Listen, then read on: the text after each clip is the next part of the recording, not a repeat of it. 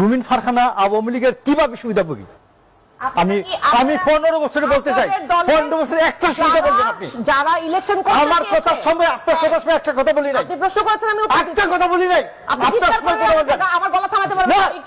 আমার দলের লোকজন বাইরে আসছেন, এখানে এসে মারার চেষ্টা করছেন। আমার পিটাবে, কলজুরে পিটাবে তো।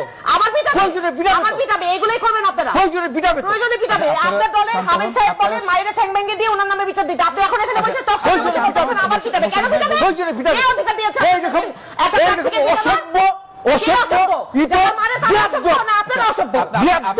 প্লিজ শান্ত হন। মোশাররফ ভাই, এরপর আবার হুমায়রা আপা আপনি বলবেন। এখন মোশাররফ উনি ভাই প্রশ্ন করেছেন, আমি উত্তর দিচ্ছি, উনি আমাদেরকে বলেন আমার পিটাবে। আমার পিটাবে। আপনারা দয়া করে শান্ত হন। আমরা আলোচনায় থাকি, আমি একটা কথা বলি নাই।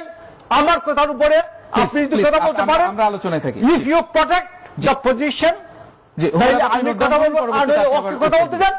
মানে আমি কথা বলবো না। উনি অ্যাপোলোজাইজ করতে হবে। উনি অন এয়ারে বলেছেন আচ্ছা মোশাররফ আমি ভাই, একটা বেশি জোরে কথা বলতে পারি।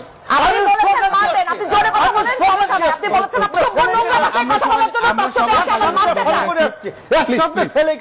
আচ্ছা দর্শকরা দেখছে, তারা আসলে কি বার্তা পাবে এখান থেকে? মানে আমাদের এই আলোচনার মধ্যে গালি দিচ্ছে, অনলাইনে এসে গালি দিচ্ছে। একদম সবাই আপনি তাকে থামাবেন, আমি কথা বলবো। আচ্ছা হুমায়রা আপা, আপনি আপনার অংশ আবার বলবেন। এই টক শোতে বসে কেউ গালি দিবে, মারতে চাবে, আমি কোনোভাবে একজন অ্যাক্টিভিস্টের সাথে সহ্য করব না।